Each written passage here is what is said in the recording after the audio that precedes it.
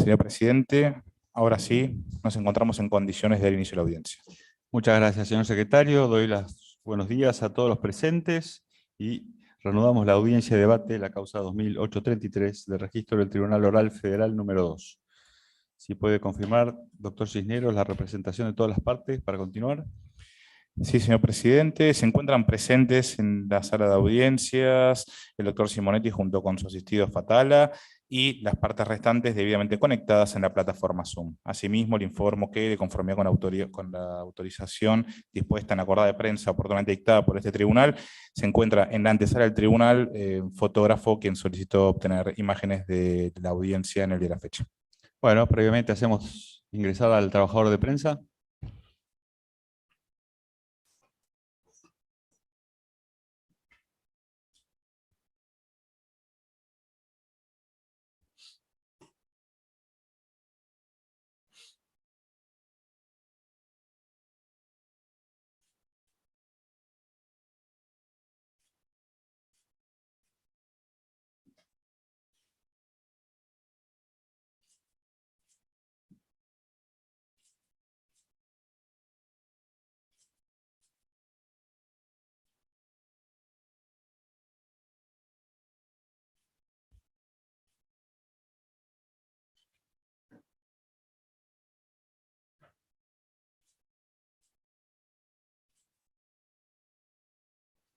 Perdón.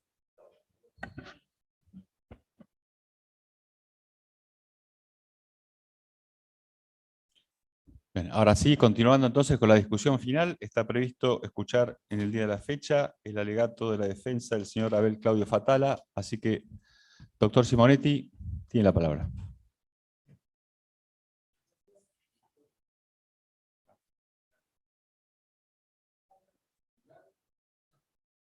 ¿Está prendido?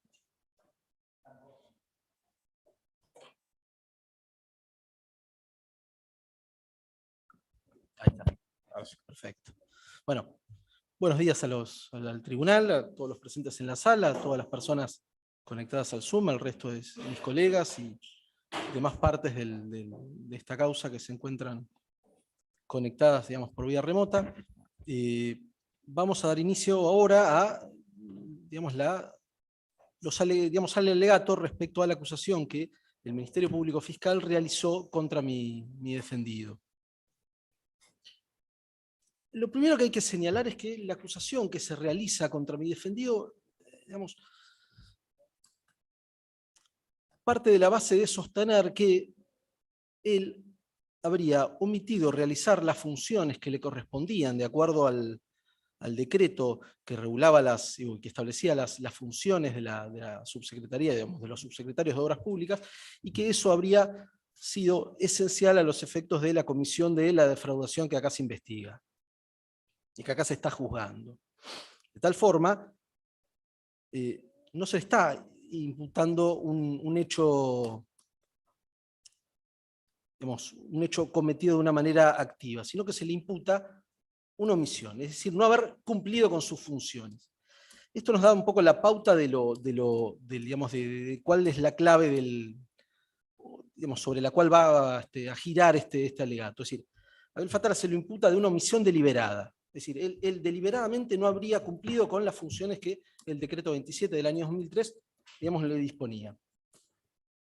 Al respecto, lo primero que hay que señalar antes de comenzar a detallar, digamos, de qué se trata toda esta cuestión, es que no hay en todo el alegato de la Fiscalía una descripción precisa de cuál habría sido la omisión, es decir, en qué habría consistido expresamente aquello que Abel Fatala no habría cumplido. Hay algunas menciones respecto a, bueno, tendría que haber controlado, tendría que haber realizado alguna conducta tendiente a que esto no suceda, pero no hay en ningún momento un detalle respecto a, no, miren, él tendría que haber cumplido con determinada norma expresa que habría provocado que esto no suceda.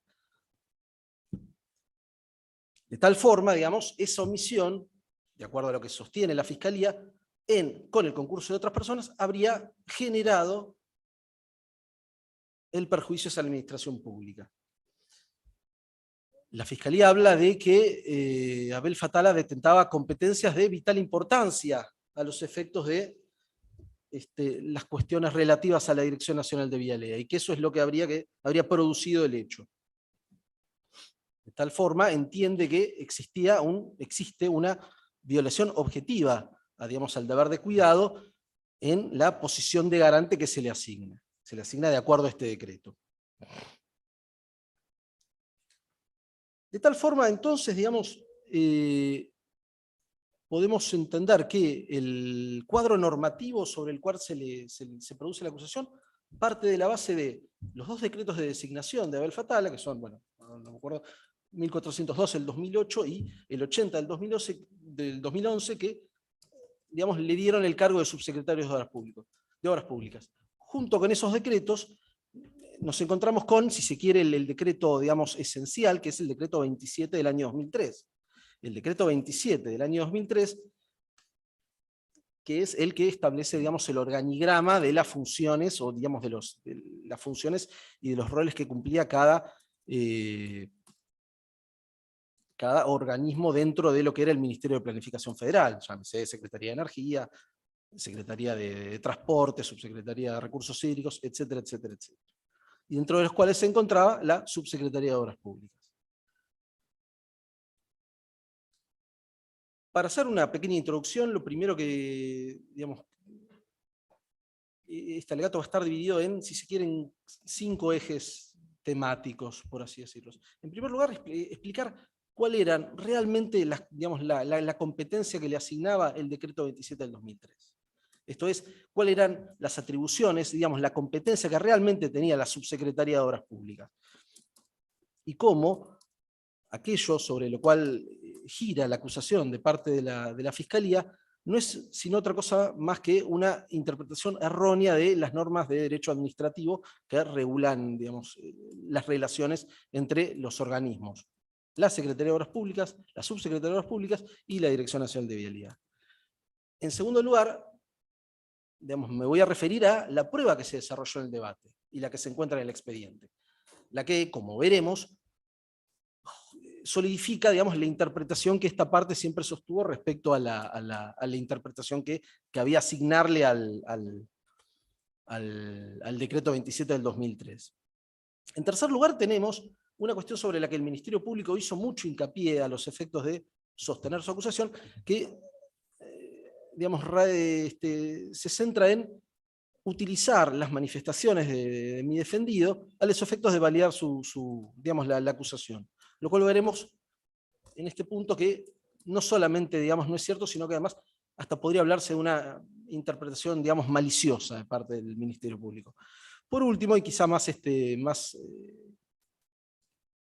amigable para todos nosotros que somos operadores del sistema penal, voy a hacer una referencia a la calificación que se le asigna al hecho. Y por último, bueno, voy a concluir con algunas palabras finales referidas a toda esta situación, a toda la imputación y a la situación particular de mi defendido. Desde ya que prometo brevedad, con lo cual espero que sea, digamos, espero que me salga, digamos, breve para no aburrir y hacer, digamos, de este comentario, de este alegato, algo más dinámico e incluso didáctico. En primer lugar, tenemos con nosotros la clave de la imputación, que pasa por el decreto 27 del año 2003. Este decreto se dicta al comienzo del gobierno de Néstor Kirchner y establece, digamos, las funciones, digamos, los objetivos que tenían todos los organismos digamos, del Ministerio de Planificación Federal.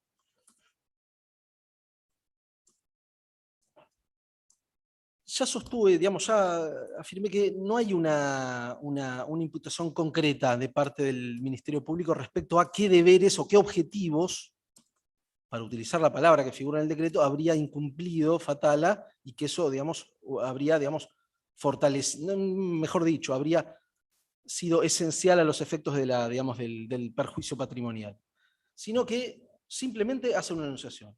Abel Fatala no cumplió con los objetivos que disponía el decreto 27 del 2003. En particular, hace referencia al objetivo número 10, que es el que sostenía que la Subsecretaría de Obras Públicas debía ejercer el contralor de la Dirección Nacional de Vialidad. Ahora bien, lo primero que hay que sostener es que el Ministerio Público Fiscal, digamos, tanto en esta instancia como en la instancia, digamos, de instrucción, sostuvo que el dictado o por lo menos da a entender, para hacer digamos, para no hacer una afirmación peyorativa, da a entender que digamos, que la redacción de este decreto está realizada a los efectos de cometer la menor defraudatoria. Esto queda claro en un momento en el que, durante el alegato, la propia Fiscalía sostuvo que se creó el contexto necesario, se creó el armazón de personas de absoluta confianza a la que se les asignó la competencia necesaria para, por un lado, proyectar la realización de obras públicas y, por el otro, cumplir con el plan. Palabras textuales de la Fiscalía. Respecto de mi cliente, ¿qué es lo que dice ese mismo día, que es el primer día, la Fiscalía? Dice que se trataba de una persona de máxima confianza del expresidente que lo había designado en abril del año 2004 como coordinador de saneamiento hídrico del área metropolitana dependiente de la Secretaría de Obras Públicas. Dos cuestiones hay que afirmar sobre eso. En primer lugar, la cuestión, si se quiere, personal. Abel Fatala no era una persona de máxima confianza de Néstor Kirchner. Esto es un invento. Es una mención que hace la Fiscalía que no tiene ningún tipo de justificación en el expediente, y que además no tiene ningún tipo de justificación a partir de conocer la historia pública de Abel Fatala, que uno, digamos, puede recordar su militancia en el peronismo, cómo integró el bloque de lo que después terminó siendo el Frepaso, que se abrió del oficialismo en el año 90, etcétera, etcétera. Es decir, no era alguien, digamos, de procedencia, si se quiere, kirchnerista pura, paladar negro, por llamarlo de una manera. Y esto, ¿por qué es importante señalarlo? Porque siempre, digamos, tanto en esta etapa como en el requerimiento de elevación a juicio, se hace una mención expresa a que parte de la maniobra consistió en la importación de funcionarios desde Santa Cruz hacia, digamos, la nación, a los efectos de cometer la maniobra. Y ahí mencionan a todos los funcionarios que, como sucede en todos los gobiernos, cuando de una jurisdicción pasan a otra, son trasladados por tener una confianza con la persona que detenta el Poder Ejecutivo, lo cual es obvio, y pasa en todos lados. Es como sucede también en el ámbito en el que nosotros nos hemos desarrollado, cuando algún funcionario lo designa juez y quiere llevarse empleados del lugar donde trabajaba, porque los conoce, sabe cómo trabajan. Es una cuestión de confianza que pasa, me imagino que en todos los ámbitos. Ahora, esa circunstancia que el Ministerio Público Fiscal, digamos, le asigna un ente, si se quiere, criminal, no sucedía con Fatala. Fatala se incorpora al gobierno nacional a partir de su militancia, a partir de su trayectoria. Él había sido secretario de Obras Públicas del gobierno de Aníbal Ibarra. Yo tengo el recuerdo personal, no me acuerdo de esto, año 2001, 2000, cuando fueron las inundaciones en el barrio de Belgrano, que atendió a los vecinos que se iban a quejar adentro de una camioneta. Tengo ese recuerdo, es decir, tenía una militancia, una trayectoria que incluso era, en ese momento, hasta, si se quiere, digamos, de mayor publicidad que la que tenía, digamos, tanto Néstor como Cristina Kirchner, quienes seguramente pasaban por la Ciudad de Buenos Aires y no eran mayormente reconocidos, a pesar de ser personas públicas de la provincia de Santa Cruz.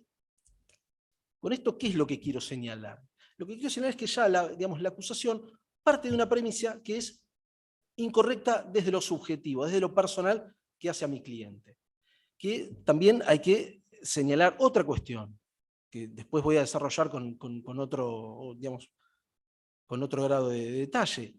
Esta cualidad de Fatala, que no tenía, digamos, una confianza, si se quiere, como dice el Ministerio Público, máxima confianza con Néstor Kirchner, sucedía también respecto de todos sus antecesores.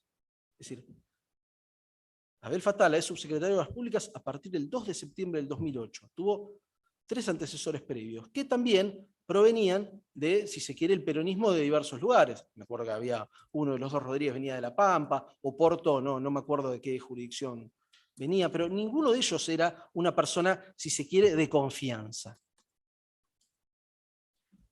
Por otra parte, ya en cuanto a la cuestión objetiva, la cuestión del decreto 27 del 2003, este decreto tiene 3 antecedentes directos en su redacción. Uno que es el 2693 del 2002, de la época de la presidencia de Duhalde, desde de diciembre del 2002, y después hay otro que es el 357, también del mismo año, 21 de febrero del 2002, donde, con algunas diferencias, la redacción respecto a los objetivos y los deberes que tenía la Subsecretaría de Obras Públicas y la Secretaría de Obras Públicas son muy parecidos. Pero a su vez también hay que señalar que estos 2 decretos tienen un antecedente que es del siglo pasado, es el decreto 20 del año 99, del comienzo de la presidencia de la Rúa, donde, digamos, la redacción respecto a la Subsecretaría de Obras Públicas y su relación con la Secretaría de Obras Públicas es prácticamente similar. De tal forma, no se puede hablar, como sostiene la Fiscalía, de el armazón de una normativa a los efectos de cometer el delito. Ni respecto de mi defendido, ni respecto de, digamos, la norma en sí.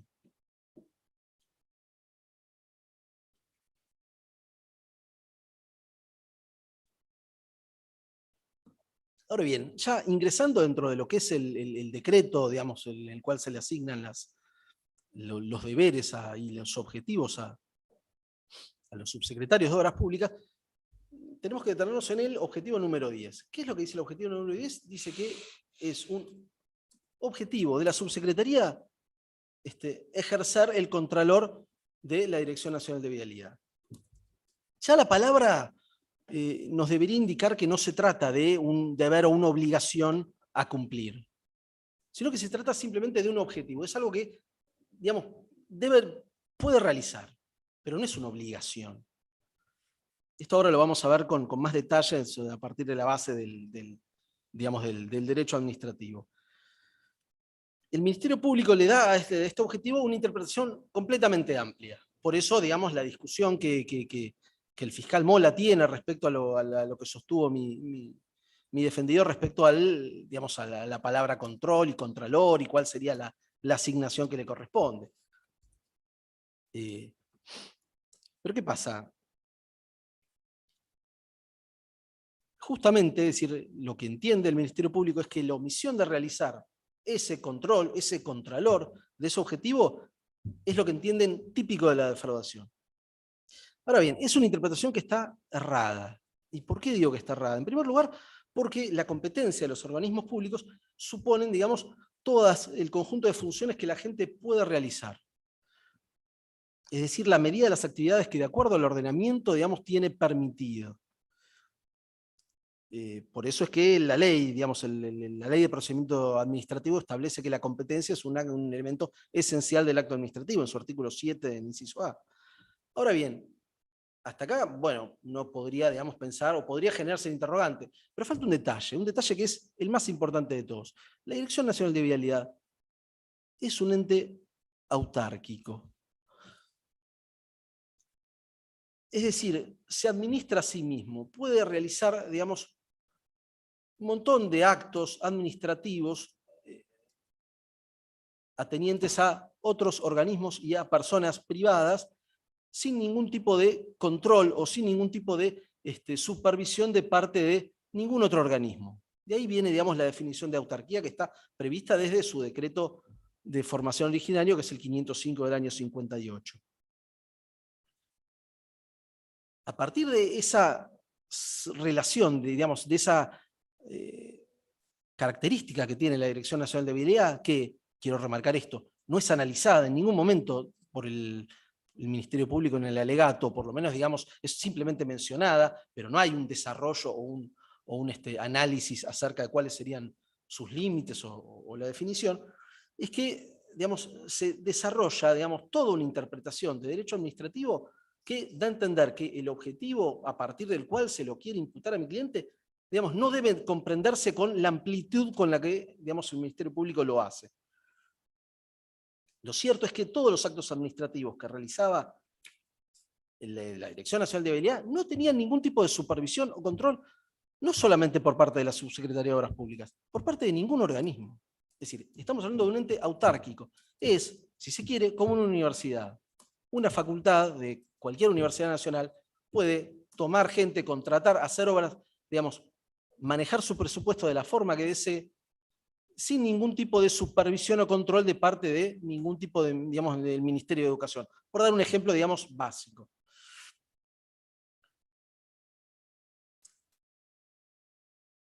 Pero ¿qué pasa? Esta relación, digamos, de autarquía supone algo diferente de la relación que, por ejemplo, existía entre la Secretaría de Obras Públicas y la Subsecretaría de Obras Públicas, donde sí había una relación jerárquica. Al respecto, ¿qué es lo que nos dice la doctrina de derecho administrativo? Digamos, Gordillo en su tratado de derecho administrativo dice que la relación jerárquica existe siempre que A, haya superioridad de grado en la línea de competencia y, al mismo tiempo, B, igual competencia en razón de la materia entre el órgano superior y el inferior. Cumplidos estos dos requisitos, existe jerarquía. Ahí tenemos, digamos, si se quiere, la primera diferencia. La Subsecretaría de Obras Públicas no tenía la misma competencia que la Dirección Nacional de Vialidad. Los objetivos de la Dirección Nacional de Vialidad son distintos a los de la Subsecretaría de Obras Públicas.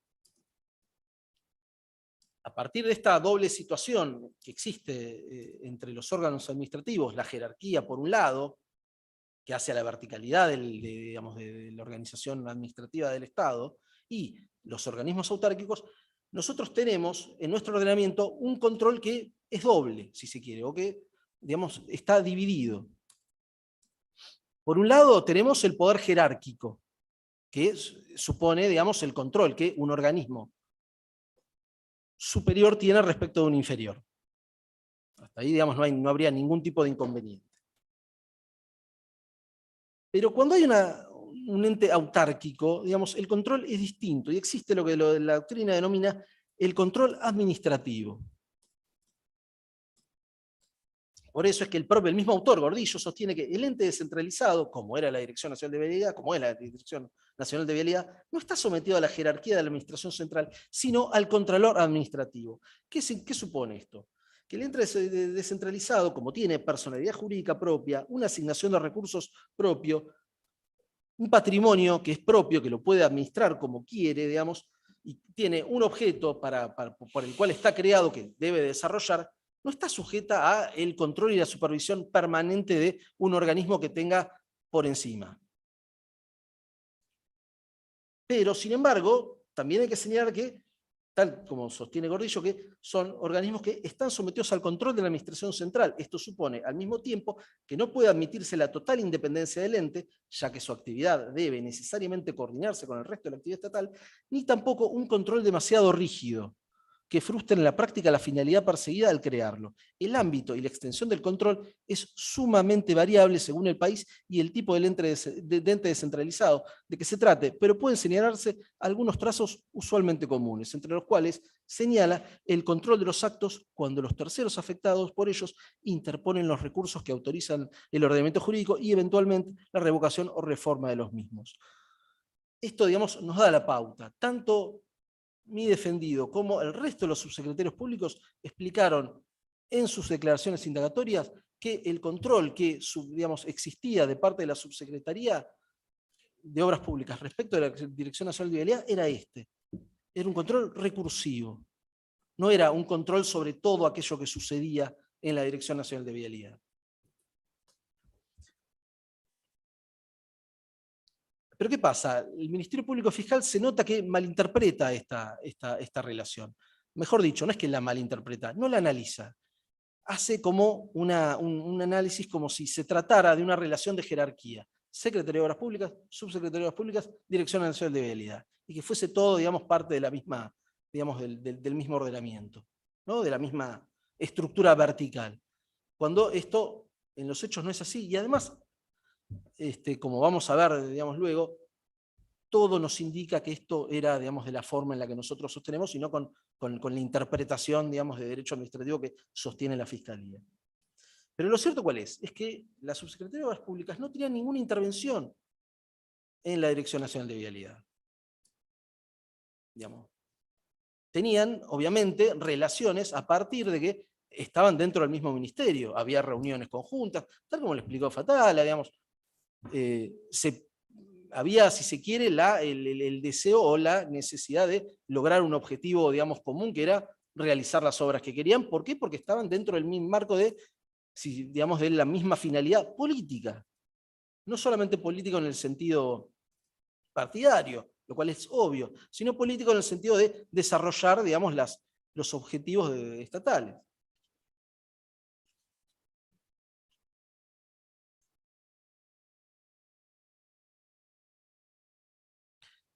De tal forma, digamos, esta confusión, si se quiere, que existe de parte del Ministerio Público, es lo que lleva a entender que el control que, digamos, existía o el contralor, para utilizar el término que figura en el decreto, que existía en la Subsecretaría de Obras Públicas respecto de la Dirección de Seguridad, era total. El fiscal Moll en algún momento da a entender como que todo aquello que sucedía en la Dirección Nacional de Vialidad debía ser controlado por la Subsecretaría de Obras Públicas. Pero ¿cuál es el problema, digamos, que tenemos con esto? En primer lugar, que no hay ningún tipo, o no había ningún tipo de norma que establezca cómo debía realizarse dicho control. Es decir, no tenemos un reglamento, una disposición administrativa que detalle, digamos, en qué debería consistir, digamos, digamos, la intervención o la supervisión de parte de la Subsecretaría de Obras Públicas respecto de la Dirección Nacional de Vialidad. En cambio, sí tenemos toda una serie de, si se quiere, normas, es decir, normas, incluso son leyes nacionales que establecen la forma en la cual esa tutela administrativa tiene que tener lugar entre organismos descentralizados y autárquicos como la Dirección Nacional de Vialidad con sus superiores.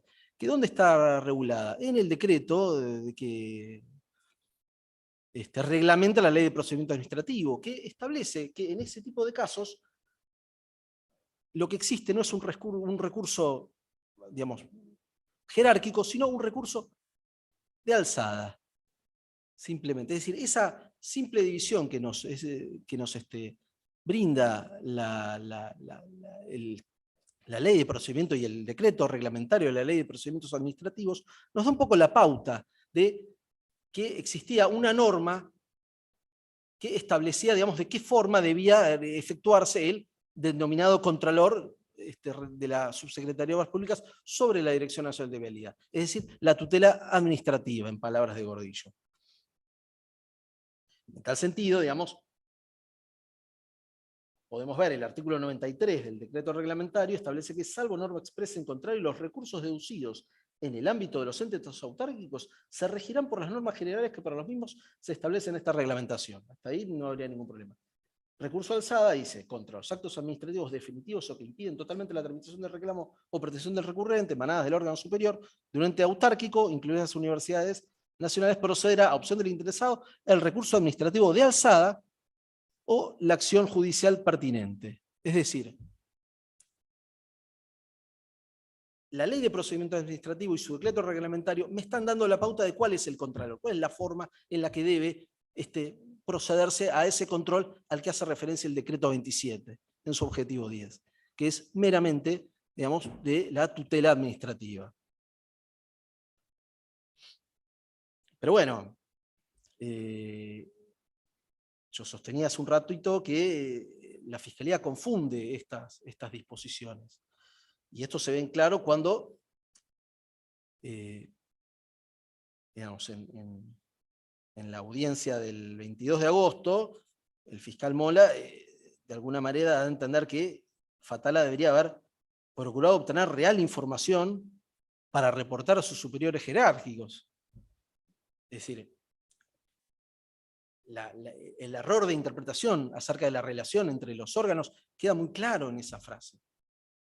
Es decir, Fatala tenía que reportarle a López acerca de lo que sucedía en la Dirección Nacional de Vialidad, cuando esto, digamos, no estaba previsto. ¿Sobre la base de qué norma debía Fatala efectuar ese tipo de información? ¿Por qué le tenía que pedir a Periotti algo cuando no está regulado? Cuando lo único que hay es un decreto que correctamente interpretado, hace mención a otro tipo de actividad. Por eso es que lo claro, digamos, lo real es que la Subsecretaría de Obras Públicas no tenía competencia para inmiscuirse en todo lo que sucedía en la Dirección Nacional de Vialidad. Y esto es un poco digamos, la clave para entender la situación procesal, no solamente de Fatala, sino también de los otros 3 subsecretarios, como vamos a ver a continuación. La competencia de los órganos administrativos, en muchos sentidos, o por lo menos desde la doctrina especializada, se asimila a la competencia de las personas jurídicas. Mientras que las personas jurídicas, a partir de sus estatutos constitutivos, tienen toda una serie de objetos societarios, etcétera, digamos, y cosas que pueden hacer, digamos, sucede lo mismo con los órganos administrativos, que a partir de la normativa reglamentaria, digamos, que puede ser legal, por decreto, etcétera, etcétera, los hay, digamos, por resoluciones, establecen, digamos, cuáles serían, digamos, las pautas con las que deben manejarse. Pero esa asimilación, digamos, que se realiza en la doctrina administrativa, digamos, nos da un poco la pauta de que no es aplicable digamos, no se puede traspolar esta interpretación amplia que hace el Ministerio Público Fiscal. ¿Por qué lo digo? En tal sentido, digamos,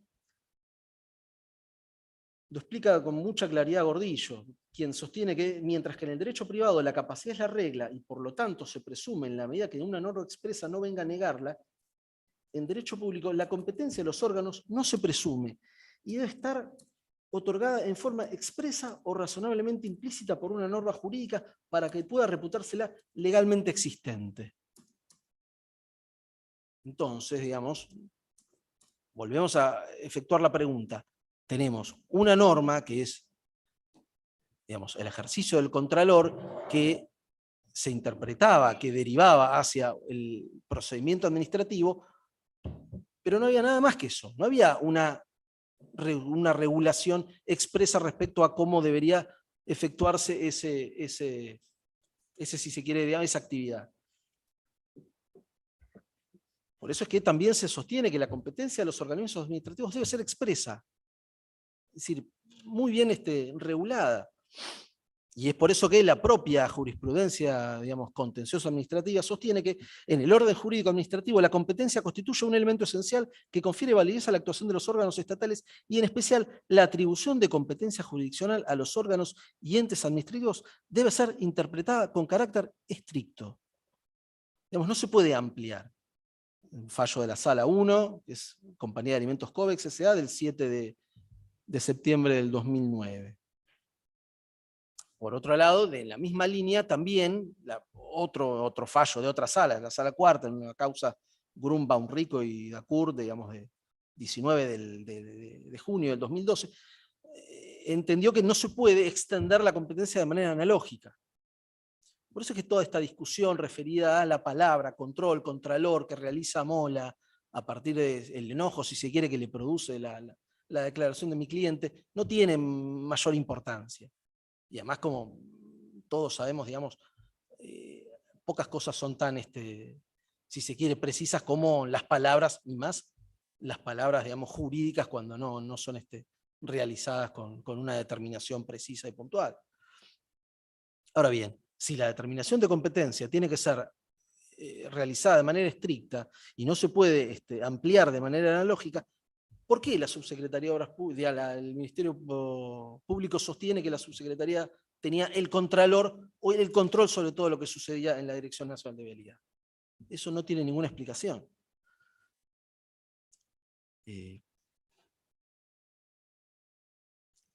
Por eso cabe volver siempre a la cuestión de la jerarquía y la autarquía. Es decir, estamos hablando de la Dirección Nacional de Vialidad como un ente autárquico, sobre cuyo control, digamos, la Subsecretaría de Obras Públicas no tenía ningún tipo de competencia. Tenía, sí, la competencia referida a los recursos, que no es otra cosa más que el ejercicio del contralor administrativo.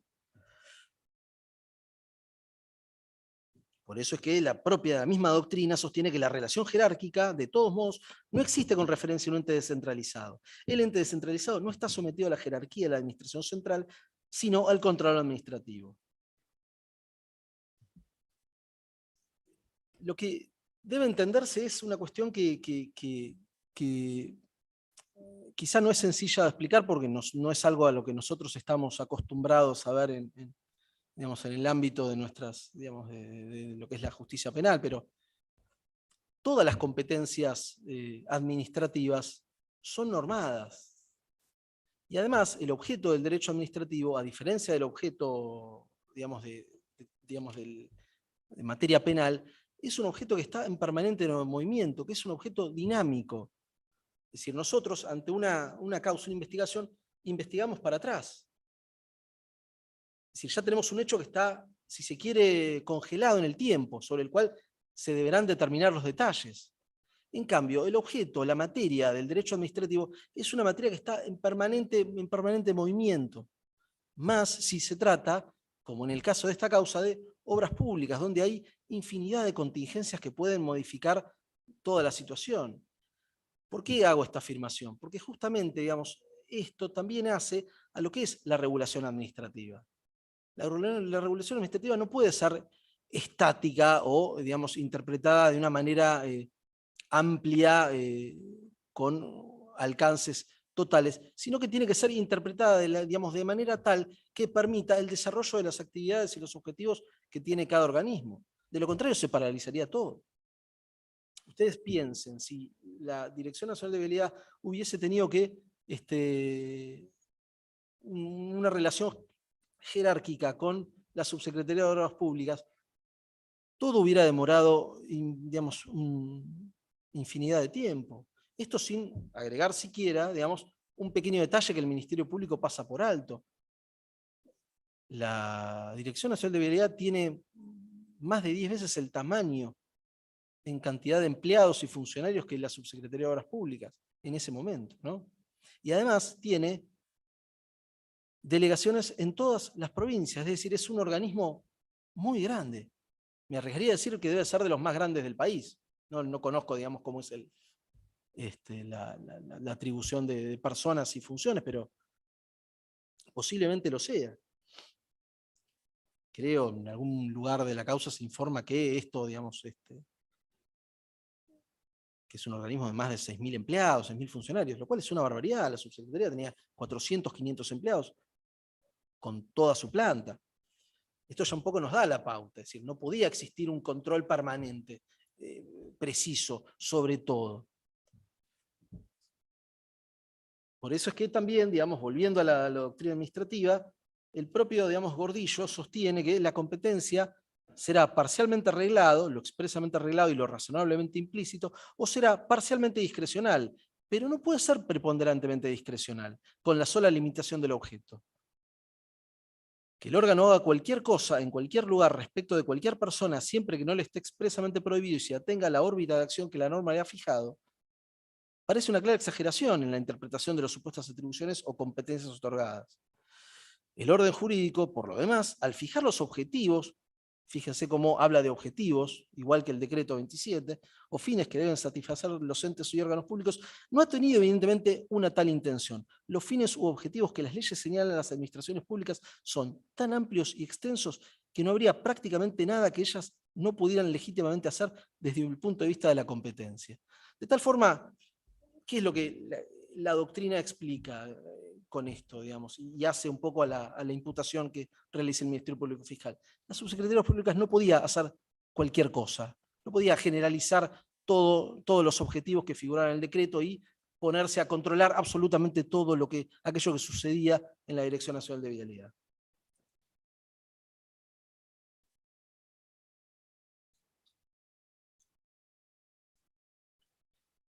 Pero también tenemos otro detalle que hay que señalar, referido a esto. Así como toda la actividad, administrativa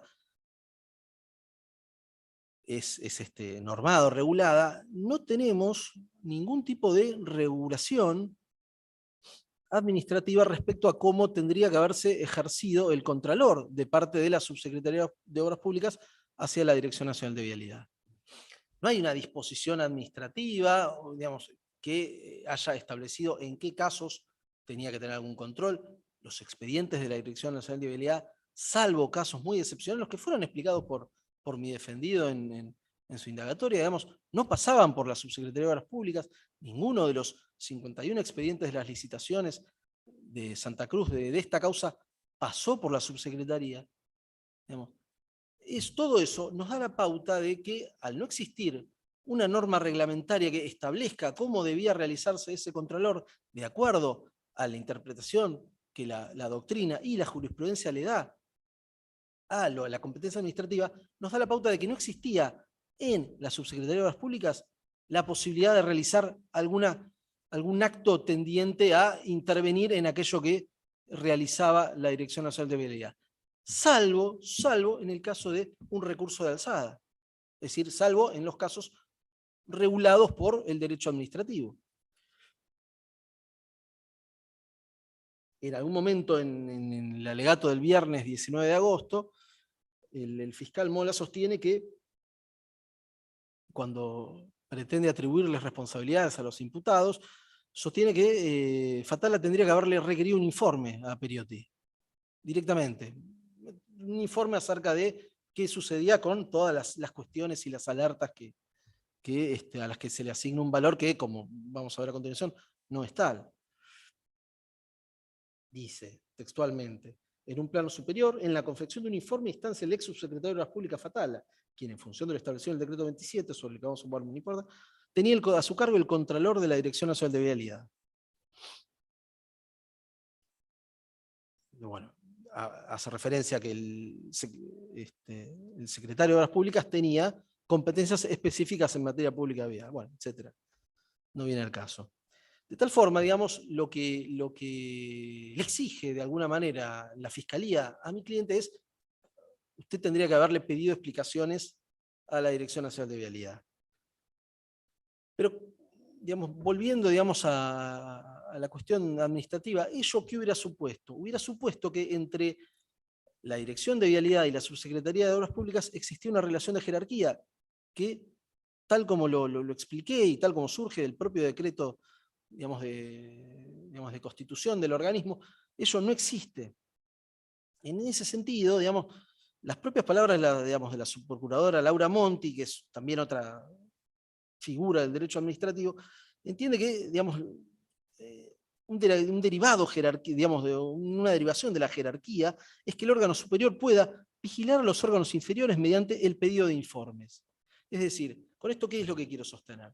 Que el fiscal Mola le exige a la Subsecretaría de Obras Públicas la realización de un acto que no era propio de su competencia, de un acto que era propio de una relación jerárquica entre organismos, que no era el caso de la Dirección Nacional de Vialidad y la Subsecretaría de Obras Públicas.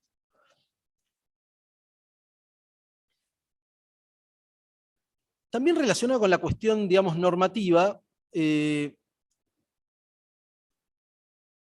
esta simple mención que hace la Fiscalía, digamos, también hay que pensarla con un ejemplo simple. Es decir, ¿qué es lo que tendría que haber hecho Fatala?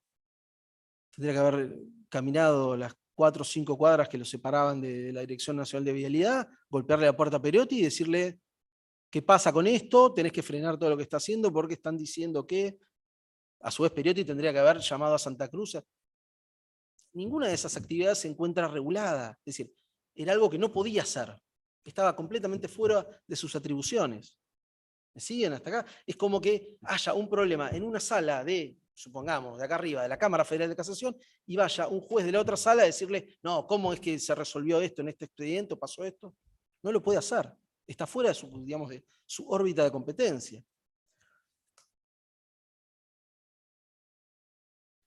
Y también, digamos, hay que pensarlo, si se quiere, para hacerlo más didáctico, desde la propia órbita que todos nosotros conocemos. El Código Procesal Penal, por ejemplo, no es que dice el juez tiene que comunicar a las partes de aquello que se resuelva. A simple, nada más. Sino que establece toda una serie de pautas, creo que son como casi 20 artículos, 140 y pico, 160, por ahí. Digamos, establece la forma en la que tiene que mandarse el expediente, a dónde debe notificarse, en qué plazo se debe realizar, cuándo corresponde que vaya con copia, qué sucede cuando no está la persona a notificar, etcétera, etcétera, etcétera. Es decir, no solamente dice, bueno, vos tenés que hacer esto, sino que explica cómo es que tiene que realizarse eso. No sé cómo será ahora con la notificación digital, esto me excede ya. Incluso piensen, es decir, creo que todos nosotros somos empezamos a trabajar en el siglo pasado, con lo cual hemos visto lo que eran los libros de recibos de causas y demás, que tenían que tener un cierto orden, después cuando se terminaban se tenían que guardar con cierto protocolo, que tengo el recuerdo de que estaba también regulado en el reglamento para la jurisdicción. Es decir, toda la actividad, digamos, tan simple que todos nosotros cuando éramos empleados la hacíamos casi automático, porque más tampoco tenía ninguna complejidad, se encontraba regulada.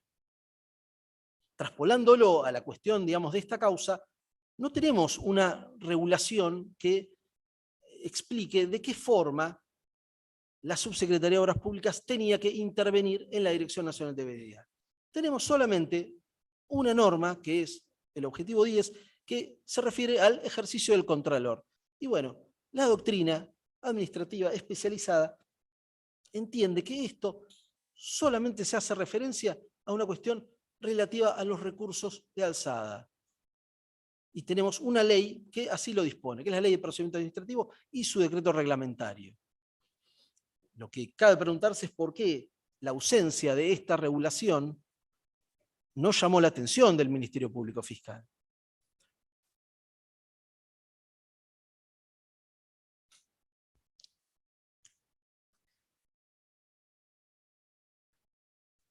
Es decir, la falta de normativa ya tendría que haberle dado la pauta de que la imputación que estaba realizando, digamos, no estaba, digamos, del todo sólido, no tenía, digamos, todos los elementos que debía tener. No debemos olvidarnos también que se está imputando una omisión. Una omisión, además, respecto de lo que sería un delito de infracción al deber. Debería haberse explicado puntualmente cuál habría sido la conducta debida, y acá no está. Pedir un informe. Ya vemos que pedir un informe es típico de relaciones entre organismos jerárquicos, no entre un ente autárquico y el resto de la administración. Con lo cual, esa posibilidad no es válida. No puede comprenderse, digamos, siquiera como algo posible.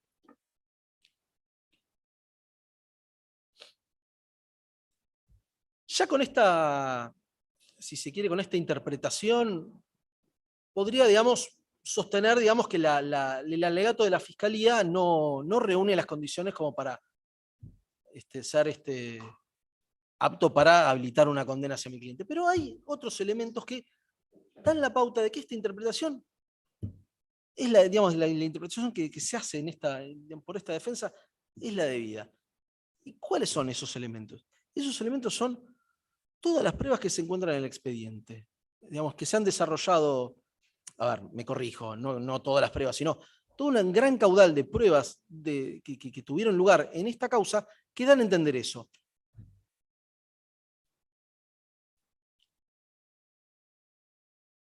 En tal sentido tenemos a todos los testimonios de los funcionarios de la Dirección Nacional de Vialidad. Ninguno de los funcionarios de la Dirección Nacional de Vialidad sostuvo algo referido a la Subsecretaría de Obras Públicas. Ni Bianchi, ni González Soria, que explicó que los informes de auditoría no eran dirigidos a la Subsecretaría de Obras Públicas, Justo Pastor Romero, Valeria Navarría, Leonardo Durante, que también explicó un detalle muy importante, es que el informe de la UAI 57 del 2013, una de las denominadas alertas que esgrime el Ministerio Público Fiscal, nunca pasaron por la Subsecretaría de Obras Públicas. Lo mismo Mar Riveros, Guillermo Bartol, Lina Quiroga, que era secretaria de la ANB, que nunca recibían llamados de la Subsecretaría de Obras Públicas. Gustavo Wall, está bien, todo era auditado por la CIGEN. Es decir, la Subsecretaría de Obras Públicas brillaba por su ausencia. ¿Por qué es importante sostener esto? Porque si hubiese existido algún control, alguna relación entre ambos organismos respecto a la actividad, tal como exige el Ministerio Público Fiscal, debería haber existido algún tipo de comunicación permanente y no solamente entre Periotti y Fatala. que podían verse cuando había reuniones de gabinete en el ministerio o por tener el mismo rango o ser personas de la misma extracción partidaria. Es decir, no había ninguna relación, no había trato. No me acuerdo ahora, digamos, se me fue de la memoria, pero incluso hay un testigo al que yo le pregunto, bueno, ¿qué relación tenía con la subsecretaría? Y me miró con cara de qué me está hablando. Este desconocimiento de parte de los empleados y funcionarios de la Dirección Nacional de Vialidad hacia la Subsecretaría de Obras Públicas nos da un poco la pauta de que, digamos, el control al que hace referencia el Ministerio Público no era tal. Lo contrario es absurdo, ya que es suponer que, digamos, de la nada, podría haber aparecido con superpoderes la Subsecretaría de Obras Públicas dentro de la Dirección Nacional de Vialidad. Y lo lógico es que el control, cuando se produce, cuando existe, siempre tiene algún tipo de comunicación permanente. Y ahí tenemos, si se quiere, un dato objetivo que tampoco es valorado por la Fiscalía. El sistema, digamos, de las obras de vialidad no estaba conectado a la Subsecretaría de Obras Públicas. La Subsecretaría de Obras Públicas desconocía cómo venía el trámite de las obras. Es obvio que si hubiese existido algún tipo de obligación de control entre ambos organismos, tendrían que haber existido alguna comunicación, que hubiera pasado directamente por el sistema informático. Nada más sencillo. Pero no, nada de eso existía. Pero hay otros elementos de prueba, que son incluso más importantes. Sentado en esta misma sala, el propio denunciante, Iguacel, cuando le preguntó el doctor Veraldi quién controla la Dirección Nacional de Vialidad, sostuvo la CIGEN y la GN. Nadie más. En el mismo sentido, también lo dijo en su ampliación de declaración indagatoria Periotti. De tal forma, es decir, para utilizar palabras, digamos, muy de época, tenemos, si se quiere, un consenso en la grieta, ¿no? Es decir, el macrismo y el kirchnerismo sobre una cuestión puntual y específica sostienen exactamente lo mismo, que los únicos organismos que controlaban a la Dirección Nacional de Vialidad eran la CIGEN y la GN.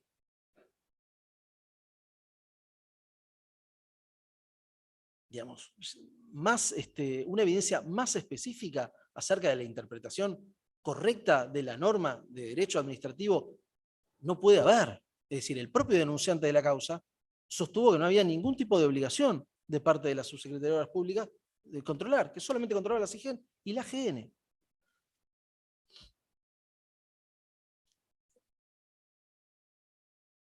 Por eso es que se advierte con claridad que las pruebas del expediente no fueron evaluadas por la Fiscalía.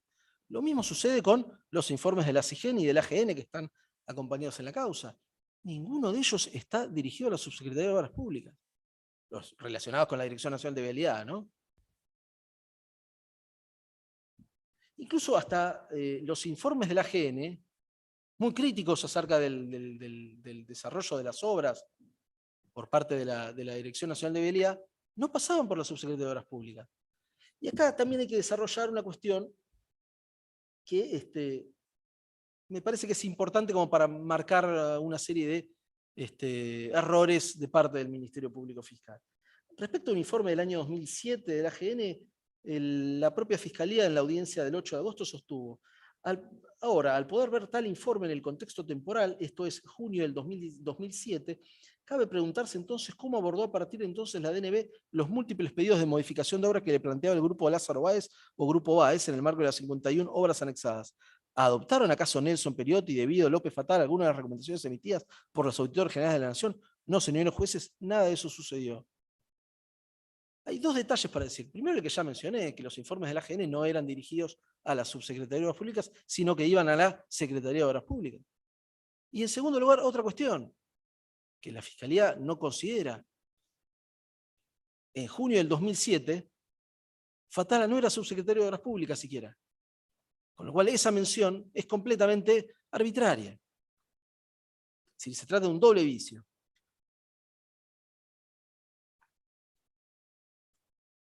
Por otra parte, también hay que mencionar que hay otros elementos de prueba en el expediente que hacen referencia a la forma en la que se controlaba la Secretaría de Obras Públicas.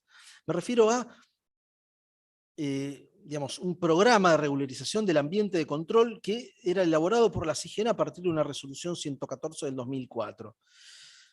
En el marco de esa resolución se dicta de parte de la CIGEN otra resolución, la 1816 de fines del 2005, en la que se establece un plan de adecuación del sistema de control interno de la Secretaría de Obras Públicas. Como consecuencia de esa resolución, se dicta por parte de la Secretaría de Obras Públicas, con las recomendaciones de la CIGEN, una circular, la circular número 1 del 2006, donde establecen los mecanismos, digamos, de contralor de todos los convenios que se firmen en el marco de la Secretaría de Obras Públicas. En ninguna de esas resoluciones se hace referencia a la Dirección Nacional de Vialidad. Entonces, ¿qué pasa? Es decir, tenemos claramente una norma que hace referencia a un control administrativo sobre, no la subsecretaría, su organismo jerárquico, la Secretaría de Obras Públicas, que no menciona a la Dirección Nacional de Vialidad. Y esto nos da la pauta de que la Dirección Nacional de Vialidad no estaba sujeta al control de la subsecretaría o al contralor. Porque si hubiese tenido algún tipo de obligación sobre eso, hubiera habido algún tipo de norma específica, se hubiera dicho algo, pero nada de eso se dice. Pero bueno, también sobre la prueba que se desarrolló, cabe hacer una mención sobre cómo llega Fatal al expediente. También relacionada con la cuestión que mencionaba digamos, de Iguacel y Periotti recién. La Dirección Nacional de Vialidad no denuncia a ninguno de los subsecretarios de Obras Públicas. Digamos, no aparecen denunciados como responsables por la maniobra allá lejos en abril del 2016, cuando se inició esta causa.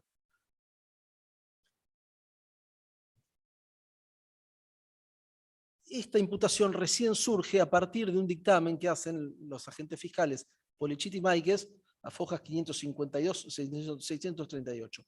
Hasta ese momento, nadie en el expediente había mencionado, no digo ya a Fatala, sino a la subsecretaria de Obras Públicas. Estaba completamente fuera del radar. Se estaba manejando, digamos, el expediente a partir de la denuncia realizada por el ex administrador de Vialidad Iguacel.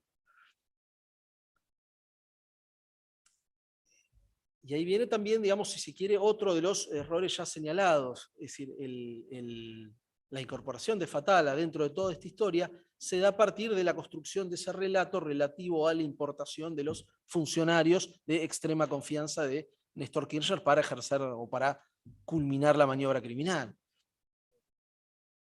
En dicho dictamen, por eso es que se afirma la omisión dolosa del funcionario público que no cuida el patrimonio, comete el delito previsto en el artículo 174, inciso quinto, y como se ha visto, no solo los funcionarios acusados han omitido el deber de cuidado sobre los bienes de Estado, sino que han realizado actos positivos a través de los cuales se instrumentó el perjuicio contra la administración pública. Es decir, ese dictamen, digamos, en el capítulo referido a la exportación de una estructura provincial montada con gente de confianza a nivel nacional, incluye a mi defendido. Esa inclusión, como digamos, ya le expliqué recién, es incorrecta. Pero también hay que destacar algo, que es la misma imputación que se realiza ahora. Es decir, entre ese momento y la actualidad no ha habido ningún tipo de modificación, no ha habido ningún avance en cuanto a la certeza acerca de la acusación. Para eso conviene, digamos, leer qué es lo que se dice ahí. Se afirma que no solamente Fatala, sino los otros 3 subsecretarios de la República inobservaron deliberadamente el cumplimiento de sus funciones, evitando controlar la actividad de la DNB. Y permitió así la reiteración del esquema de beneficios exclusivos en la adjudicación, control y pago de las obras licitadas a favor de Lázaro Báez. Bueno.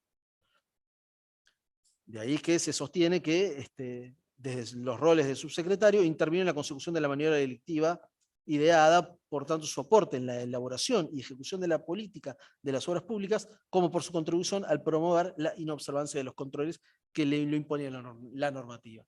De tal forma, desde el inicio de esta causa, que se está discutiendo una interpretación de derecho administrativo, no otra cosa. Y ahí es donde, si se quiere, la realidad o los hechos que han tenido lugar en el debate tiene que dar la pauta de que la interpretación era,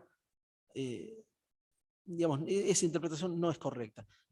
Por todo lo dicho anteriormente, es decir, es el propio Iguacel quien no hace ninguna referencia a la subsecretaria de Obras Públicas. Es decir, la propia Dirección Nacional de Vialidad sabía, esta gente nada tiene que ver conmigo, ni la denuncio. Pensemos en el rol que tiene Iguacel. Es decir, Javier Iguacel, más allá de las valoraciones que cualquiera de nosotros pueda hacer, digamos, es una persona pública, digamos, si se quiere, de mucha potencia, de mucha presencia, que quiere ser gobernador de la provincia de Buenos Aires. Incluso en ese momento tenía mucha actividad mediática. Si hubiera seguido esta interpretación, ¿por qué no hubiera efectuado la denuncia contra los subsecretarios? Y no lo hizo. Y el hecho de no haberlo hecho no obedece a que no lo vio, sino obedece a que la realidad de cómo funcionaba el organismo le decía otra cosa. Y esto es un dato a tener en cuenta. Y lo explico acá ante todos nosotros. Es decir, la subsecretaría de Obras Públicas no controla la Dirección Nacional de Vialidad.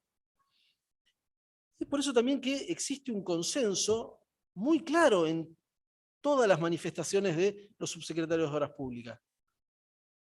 Todos, en mayor o en menor medida, con distintos grados de precisiones, afirmaron que el contralor era solamente por, digamos, las vías recursivas del derecho administrativo, nada más. Y que la competencia que le asignaba el objetivo no era tal, que no había una norma que precisara cómo tenía que realizar, digamos, que había que realizar un control.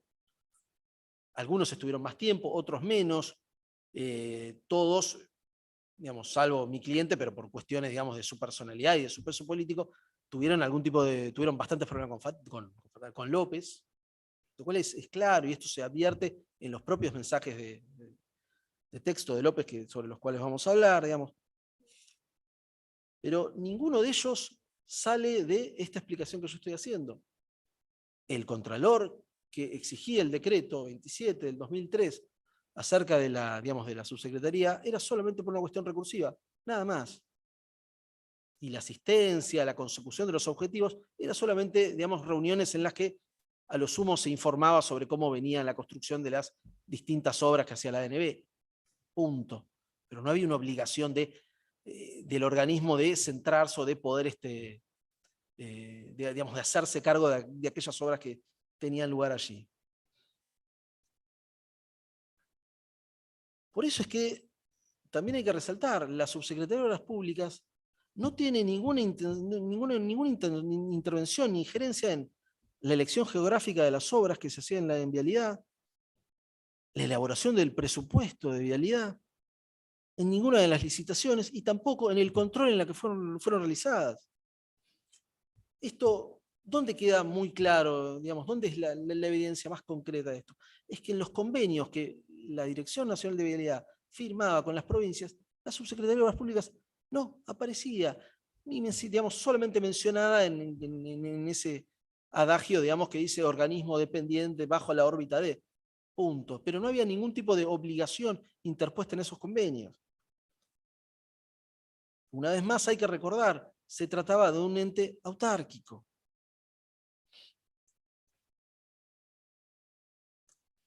Pero también hay que pensar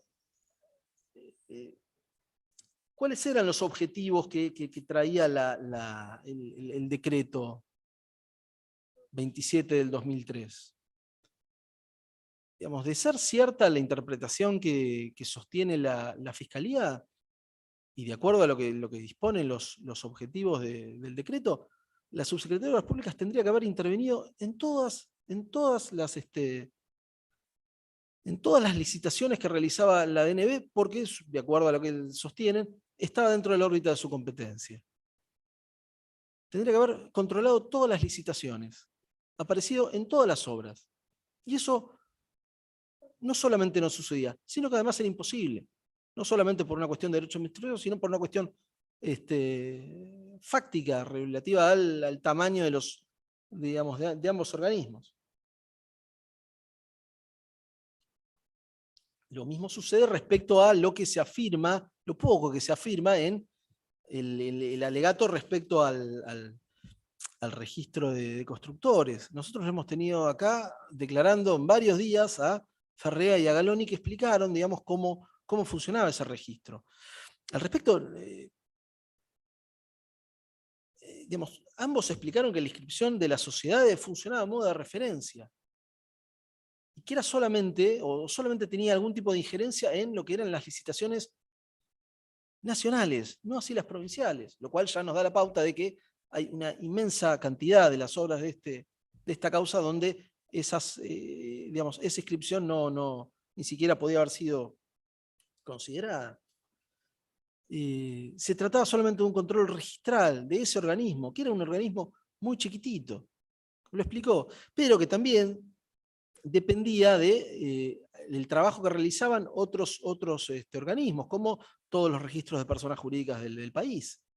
Es decir, si un registro de una persona jurídica de alguna provincia tomado por válido a una sociedad, y a su vez esa sociedad presentaba un balance contable que era aprobado por el organismo contable de esa jurisdicción, el registro lo tenía que tener por bueno, es decir, dependía de otros sectores, era solamente una cuestión de referencia. Por eso es que la intervención que se le asigna a este organismo dentro de la supuesta maniobra es inocua, y esto lo explicó perfectamente y con lujo de detalle Galoni, de quien también cabe preguntarse por qué, después de declarar, digamos, durante su declaración, la Fiscalía no lo puso en jaque, o no demostró, digamos, la falsedad de sus afirmaciones, cuando además también hay que destacar que lo había solicitado como testigo, digamos, ella, digamos, esa parte había pedido que venga a declarar. Si tenía alguna sospecha sobre Galoni, no lo podría haber citado nunca como testigo, ni a Galoni ni a Farrea. Y sin embargo, hay una clara coincidencia en ambos titulares del registro, que es cómo se desarrollaron las tareas. E incluso Galoni dio a entender que no había ninguna modificación de las tareas desde la sanción del decreto 1724 del 93. Nada de ello fue tomado en cuenta. Por eso es que el objetivo que se le atribuye o la violación al objetivo, digamos, respecto a lo que es el objetivo número 6 del decreto 27, respecto a la subsecretaría que refiere a entender en todo lo concerniente al registro de empresas constructoras, digamos, no tiene ningún tipo de incidencia. De tal forma, lo que es claro es que toda la prueba que se desarrolló en el expediente da a entender que el contralor que debía realizar la Dirección Nacional de Vialidad era solamente por una cuestión recursiva, regulada en el derecho administrativo. Y esto es lo que surge, digamos, del debate que hemos tenido. Es decir, tenemos una interpretación sostenida por el Ministerio Público Fiscal, otra interpretación que es sostenida por el derecho administrativo, digamos, por toda la doctrina, que además da a entender que no se puede ampliar la competencia de los organismos y que no hay ninguna forma de que ello suceda, porque ello supondría, digamos, un desorden estatal absoluto. Y además tenemos toda la prueba que se desarrolla en el expediente que da a entender que ese control no existía. Entonces cabe preguntarse por qué el Ministerio Público sostiene sin ningún tipo de detalle que debería haber existido de parte de la Subsecretaría de Obras Públicas un control preciso y específico de todo aquello relacionado. Y en ese sentido, cabe señalar que la propia jurisprudencia de la Corte establece, digamos, la postura que acá estamos defendiendo. En el fallo Rizzo, del 2013, fallos 336 y 760, donde en el considerando séptimo sostiene que asimismo cabe señalar que es principio de nuestro ordenamiento constitucional que ningún poder puede arrogarse mayores facultades que las que le hayan sido conferidas expresamente. La regla según la cual es inválido privar a alguien de lo que la ley no prohíbe ha sido consagrado en beneficio de los particulares. Artículo 19 de la Constitución Nacional. No de los poderes públicos. Estos, para actuar legítimamente, requieren de una norma de habilitación. Acá, digamos, lo que el Ministerio Público Fiscal no puede explicar, porque no existe, es la ausencia de una norma de habilitación que hubiera permitido realizar el control que ella misma en su error de interpretación de derecho administrativo, le exige a la subsecretaria de Obras Públicas.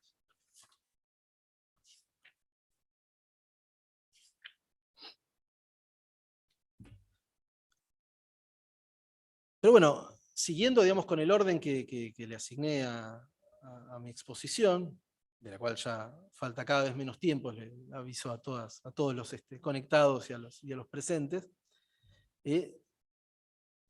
también tengo que referirme a la forma en la que la Fiscalía utiliza las declaraciones de Fatala en su contra. Hay algo que también hay que señalar, que es que, no me acuerdo si, me parece que ya lo mencioné, pero cabe volver a reiterarlo, que es que, al igual que los otros subsecretarios de Obras Públicas, digamos, Fatala fue de los pocos imputados que no tuvo ningún prurito en declarar y en incluso contestar preguntas, algo que no es para nada sencillo. Es decir, es rendir un examen con todo el nerviosismo que ello supone, con todas las imprecisiones que se puede provocar, y además con la, para mi gusto, con la dificultad que otorga el hecho de tener que hablar detrás de una cámara y contestar, digamos, con las imprecisiones sin poder ver los gestos de la otra persona y demás. Pero bueno, mi cliente no tiene nada que ocultar y por eso, digamos, se brindó a que se le hagan todas las preguntas que se quisieran sobre el hecho, digamos, imputado. Ahora bien, sobre esa cuestión, la Fiscalía no tuvo no realizó, si se quiere, una tarea, por así decirlo, grata. ¿Por qué lo digo? Lo digo porque hace referencia a tanto su declaración, a varias de sus declaraciones en la instrucción, como a la declaración que brindó acá durante el debate. Hace referencia a una declaración que es la que surge a Fojas 3529. El fiscal Mola lee dos oraciones de esa declaración, donde Fatala explica que lo siguiente, dice que para ejemplificar, indica que era constantemente consultado en forma directa acerca de los pormenores que se suscitaron en el transcurrir de las obras, que lo habitual eran las reuniones que mantenían el desarrollo de sus tareas junto con el Director Nacional de Vialidad, donde se especificaban las prioridades de la agenda. Esto el fiscal Mola lo utiliza como para decir, ven, Fatala tenía trato con toda la gente de Vialidad y controlaba todo, estaba encima de las obras. Lo que no quiere leer es de dónde viene, digamos, esa mención que hace mi defendido. Esa mención que hace mi defendido viene, digamos, de dos sucesos que describe en su declaración en la instrucción, donde hizo referencia a que por una cuestión cultural tuvo que intervenir en un trabajo en Jujuy del Camino del Inca, y que en otras oportunidades, cuando iba a realizar obras en diversas provincias, también le preguntaban, che, ¿qué pasa con la construcción de esta obra? Y que él iba y se lo transmitía a Periotti. Esto queda claro en la foja 3528 vuelta, donde Fatala sostiene que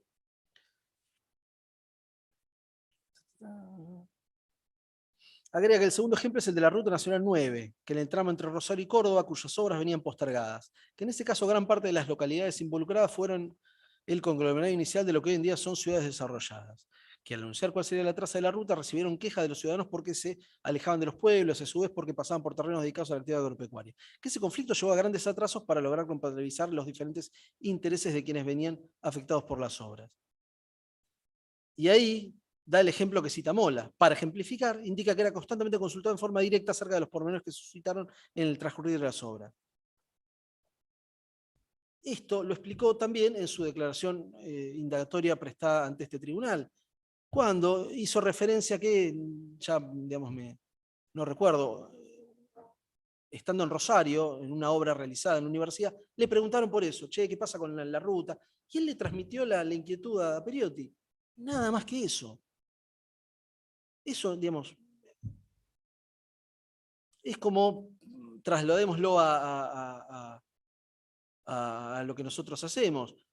Un abogado le comenta a algún funcionario judicial, no, estoy con un problema en el juzgado X, y ese funcionario, persona del juzgado X, le dice, che, me dijo el abogado tal que hay un problema está con una causa, un quilombo, no sé. Las cosas que suceden a diario son menciones informales, nada más. Y esto, Fatala lo explicó. Y esto no es un control administrativo, digamos, de la exigencia y de la magnitud que digamos, le otorga la Fiscalía. Pero hay más. A continuación, la propia Fiscalía hace, si se quiere, una trampa bastante rudimentaria, que es que muestra solamente un párrafo de la declaración, sin mostrar todo el resto de la hoja. Y efectúa la siguiente lectura. Dice que continúa su descargo, Fatala, y señala que en cuanto al control al que se refería anteriormente, otro de los parámetros eran las experiencias directas, que a partir de la visita a un distrito se armaba una agenda de cuestiones a analizar en cuanto a su ubicación y la calidad de los trabajos que se llevan adelante. Ahora, lo que no lee la Fiscalía es la parte, digamos, del comienzo, donde manifiesta que recuerda el camino del peregrino en la difunta Correa en la provincia de San Juan como un ejemplo de ello, que en esos dos casos debían ser visados expedientes mediante trámite administrativo por la subsecretaría. Dice que efectúa esa referencia porque los 52 expedientes vinculados a esta causa no pasaron en ninguna instancia por la subsecretaría. ¿Qué es lo que está diciendo? Está haciendo referencia a una obra del camino de la difunta Correa en San Juan, que, como se trataba de una cuestión cultural e histórica, era de competencia de la subsecretaría. Ahora, la Fiscalía no nos muestra esto. Solamente, digamos, muestra, no, miren, acá Fatala controlaba y no quiso hacer nada. Cuando está haciendo referencia, bueno, cuando se viajaba ahí. Pero bueno, se tratan de expresiones sobre las cuales la propia Fiscalía podría haberlo interrogado a mi defendido. Y no lo hizo. Podría haber querido aclarar esto. Y no lo hizo. Por eso es que las declaraciones de Fatala son sacadas de contexto. Pero hay algo más grave, que es la forma en la que se utilizan de parte del Ministerio Público Fiscal los mensajes que mi cliente tiene con José López. En primer lugar, hacen referencia a un mensaje del 17 de junio del 2015 que dice lo siguiente. Mi cliente le escribe a López y le dice, José, hoy una reunión en Cancillería por la visita de Evo el 15 y 16 de julio. Me llamaron de Barata para que esté presente en lo que respecta a nuestra participación. Digamos, lo de Juana está encaminado. En los papeles hacemos solamente asistencia técnica, nos cargamos la escultura al hombro, bueno, etc. ¿A qué está haciendo referencia? A la estatua de Juana Zurduy que Bolivia le regala al país y que está ahora en la parte de atrás de la Casa Rosada.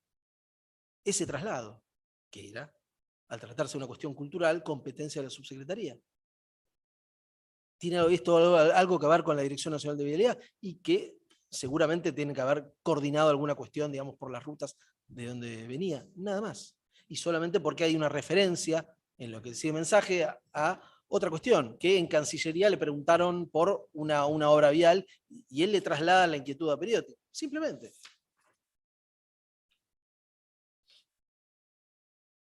Plantearon además en la reunión el paso fronterizo, también, digamos, una cuestión que era de la competencia de la subsecretaría.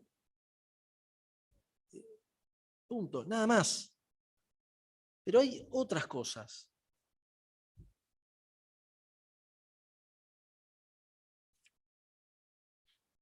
Otros mensajes. Uno que es utilizado de una manera muy maliciosa, que es el siguiente. El 28 de mayo del 2015, Amílcar Fredes le escribe a López lo siguiente. Dice, leído, los mensajes, la hora es la 15:10, 42 segundos. leído, ya hablé con los de Mendoza, van a ponerse a disposición de Fatala. La Fiscalía interpreta que lo de Mendoza hacía referencia a ese ejecutivo de Austral Construcciones. Y entonces utiliza este argumento para decir, no, Fatala dijo que no tenía ningún trato con Austral Construcciones, y este mensaje entre Fredes y López me muestra que no es así. Otro mensaje siguiente en el mismo momento que dice, estoy tratando de ubicarlo a Abel, ya le digo que te hable.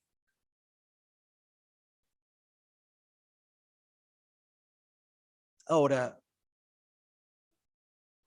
esto no es así, y revisando los mensajes de Fatala podemos encontrar un mensaje que es el 1923, del mismo día, un par de horas antes, donde una persona que se llama Rosy Mariano le explica, le dice a López, la presidenta va a Mendoza la semana que viene, van a hacer un anuncio respecto de a los blancos. Misray me pidió hacer un video. ¿De qué se trata esto? Esto se trata de una obra, de un dique, el dique Los Blancos, que se iba a realizar en Mendoza y que, digamos, necesitaban, por alguna cuestión, tener trato con Fatala. Simplemente eso. Es decir, y además la prueba de ello, ¿cuál es? Que cualquiera puede googlear y aparece la noticia el 27 de mayo del 2015, donde se ve que el gobernador de Mendoza confirma que Cristina Kirchner viene a Mendoza la semana que viene, donde se va a inaugurar, digamos, el dique Los Blancos, etcétera, etcétera. Con lo cual, digamos, la mención que Amílcar Fredes le hace a López sobre Mendoza, digamos, bien puede resultar sola, digamos, de una cuestión relativa a la provincia homónima, no a Mendoza, el directivo de Austral Construcciones. Y tenemos las pruebas documentadas de ello. Ahora, la pregunta es otra igualmente. ¿Por qué ante ese mensaje que la Fiscalía disponía al momento en el que Abel Fatala declara ante este tribunal, no le hizo ningún tipo de pregunta? ¿Por qué no quiso aclararlo? Digamos, con los escasos recursos que yo poseo, pude determinar esto, que se debía a un viaje de la presidenta, una obra en puntual, después hay otro mensaje donde Barata habla de los blancos también, con lo cual perfectamente lo de Mendoza, la mención que hace Amílcar Fredes hacia López, se puede referir perfectamente a funcionarios, digamos, de la provincia. ¿Por qué la Fiscalía no quiso preguntarlo? No lo sabemos. Otra cuestión, digamos, que es particular relativa a los mensajes de López es cómo se utilizan maliciosamente las menciones relativas a dos cuestiones. En primer lugar, y lo más sencillo, a el conocimiento que López y Fatala tenían respecto a los plazos de las obras y cuándo tenían que hacerse las aperturas de las licitaciones y demás. Es una cosa, si se quiere, de trabajo. Son mensajes de, bueno, a ver, ¿cuándo vence un recurso? Es decir, todos acá sabemos que el recurso de casación tiene un plazo de 10 días. A nadie le puede extrañar que haya una conversación entre un empleado, no, ¿cuándo lo presentó? Hay que ver cuándo vence. Es decir, las charlas son exactamente, digamos, del mismo tenor. Fíjese que no necesitamos abrirlo con esta fecha para poder abrir los sobres en tal otra, etcétera, etcétera, etcétera. No tienen ningún tipo de entidad criminal, no tienen ningún tipo de sesgo negativo. Y sin embargo la Fiscalía los pretende utilizar, digamos, digamos, de ese tenor. Lo mismo sucede con otra cuestión sobre la que podrían no hacer ningún tipo de referencia siquiera, que es todo lo relacionado con el Hospital Maternal de Río Gallegos.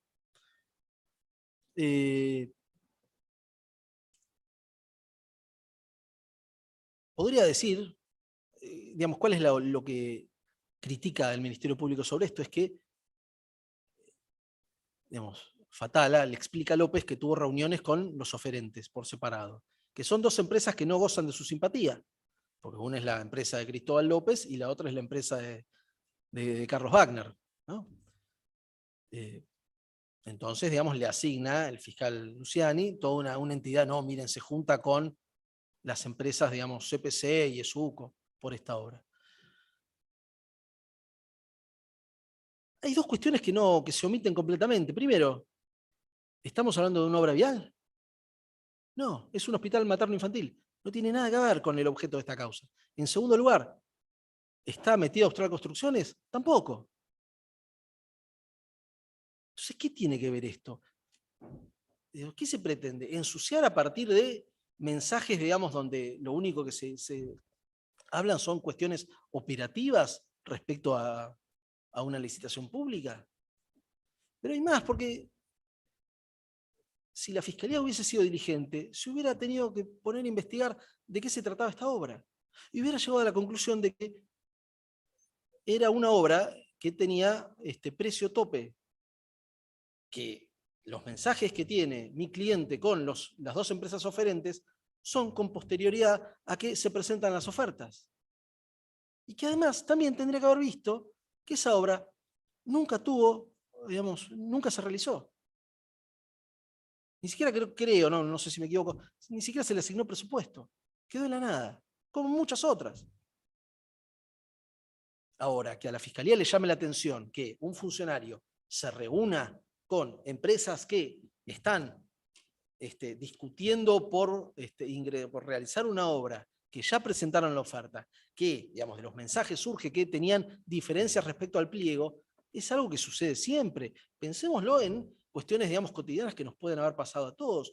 Cuando uno realiza una mejora o quiere cambiar algo, arreglar una casa, construir, digamos, alguna obra, si se quiere, doméstica, no se junta con el arquitecto, no lo habla, no surgen problemas, o el arquitecto, no, mirá, esto no lo podemos hacer, o no aparece, no, mirá, esto que queríamos comprar no se consigue más porque es importado. No sé, es un dato que me sucedió hace poco en un baño de mi casa. No podemos cambiar la canilla porque ya no se fabrica más.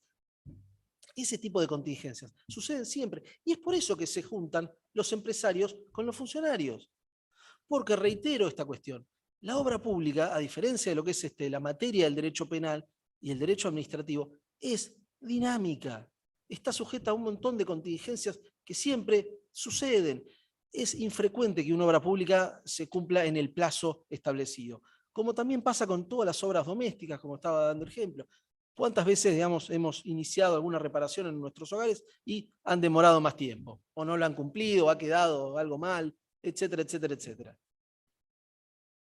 Es decir, el propio dinamismo de la actividad lleva a eso. Ahora, ¿eso está bien? No es que esté bien o esté mal, pero son cosas que pasan. Entonces, que una empresa se junte con un funcionario por alguna cuestión que quiere discutir, es algo válido, es algo que sucede.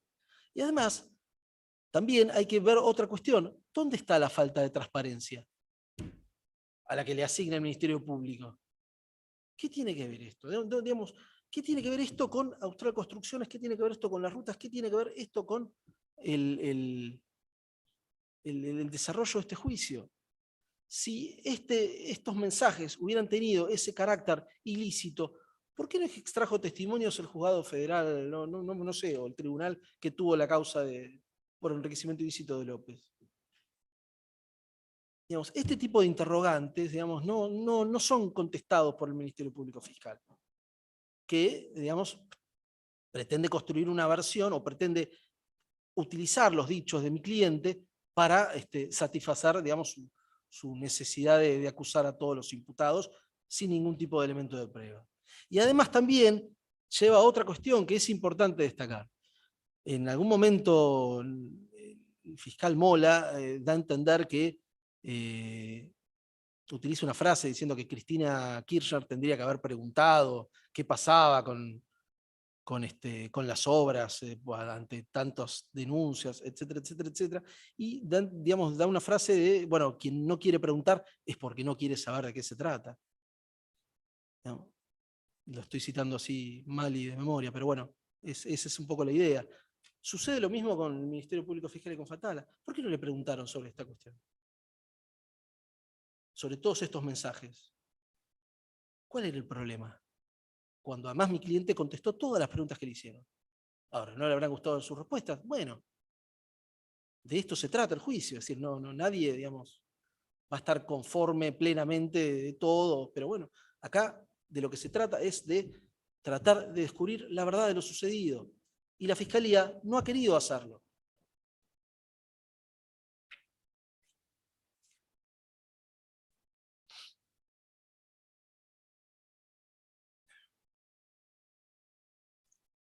Por último, también tenemos que mencionar, y en esto agradezco a mis colegas antecesores, todo lo relativo a la calificación. Digo agradezco porque ya han hecho un desarrollo que me exime y, digamos, en el que me puedo apoyar para hacer una simple referencia a eso.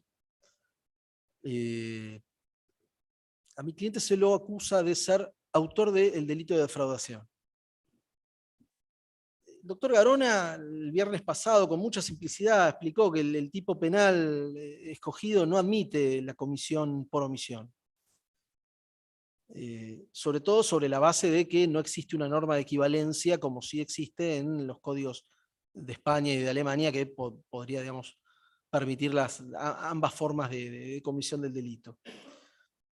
Fíjense en ese sentido que el inciso séptimo del artículo 173 del Código Penal dice que, digamos, cometen ese delito quienes están a cargo del manejo y la administración o el cuidado de bienes pecuniarios ajenos.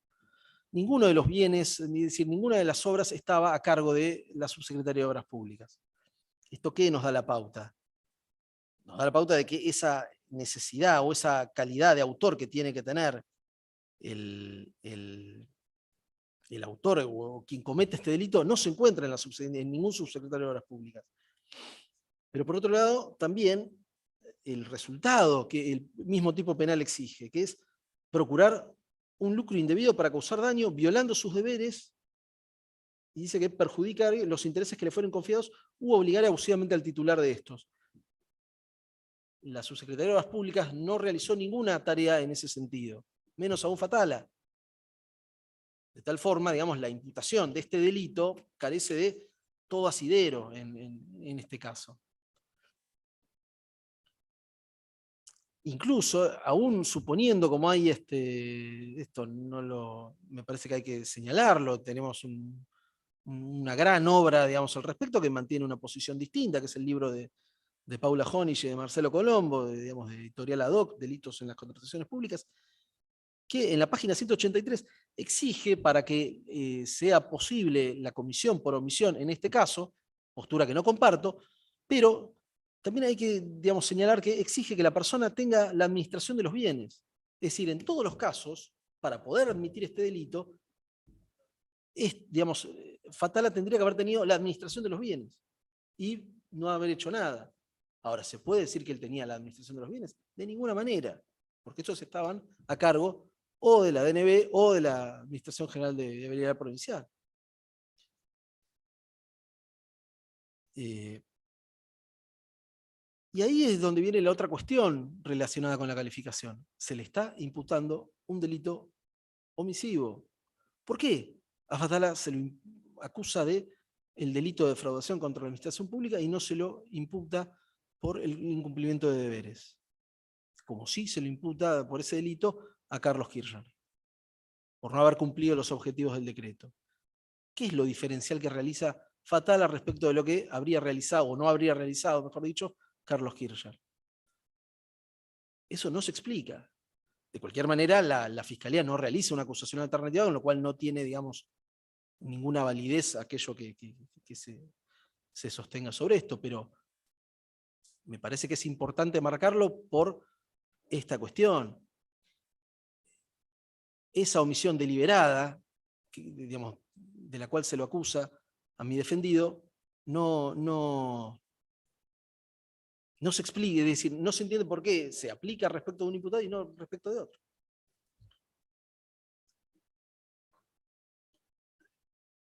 Por otra parte, también, digamos, y para concluir, digamos, lo que creo que ha sucedido en este caso es que la Fiscalía no ha tenido un desempeño conforme al principio de objetividad.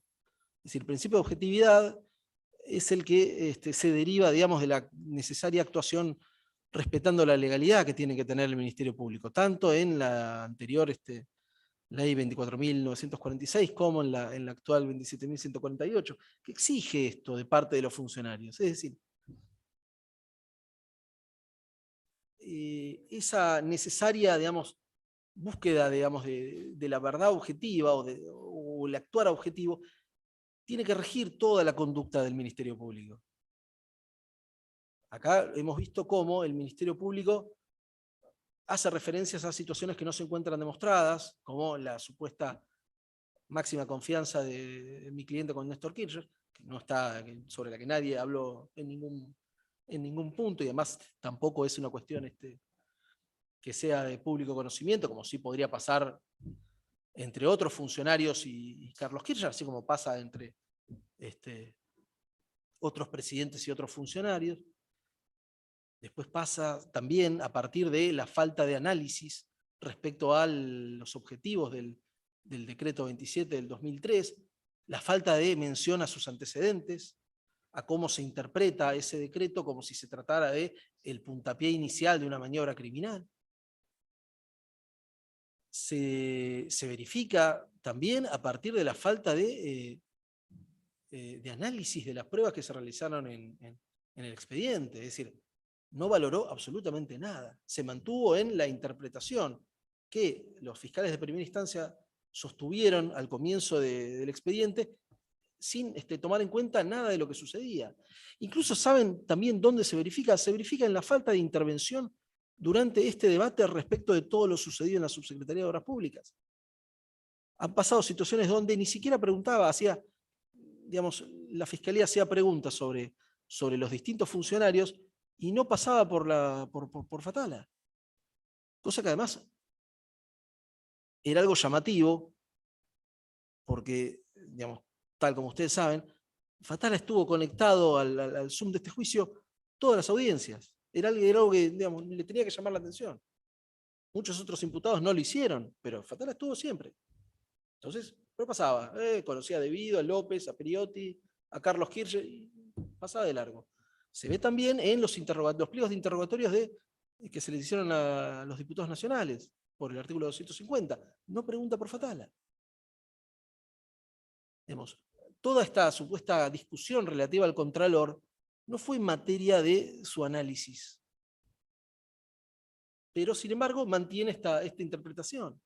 Y eso, digamos, nos habla de una tarea que está reñida con las pautas de objetividad que tiene, digamos, con las que tiene que manejarse el Ministerio Público. En tal sentido, hay que citar a Mayer, que explica que el principio de legalidad, seguido hasta esos extremos, también conduce a la necesidad de fundar los dictámenes y la actividad de la Fiscalía en criterios objetivos respecto de la construcción de la verdad acerca del objeto procesal, el hecho punible concreto que se intenta conocer en el procedimiento. Se trata del llamado principio de objetividad, que rige no solo la actividad de los jueces, sino también la tarea del Ministerio Público, entre nosotros. Tal afirmación implica necesariamente el rechazo de toda idea relativa al desarrollo de un interés subjetivo o de utilidad pública, no contenido en la ley, como meta de la actividad desarrollada por la Fiscalía en el cumplimiento de su misión.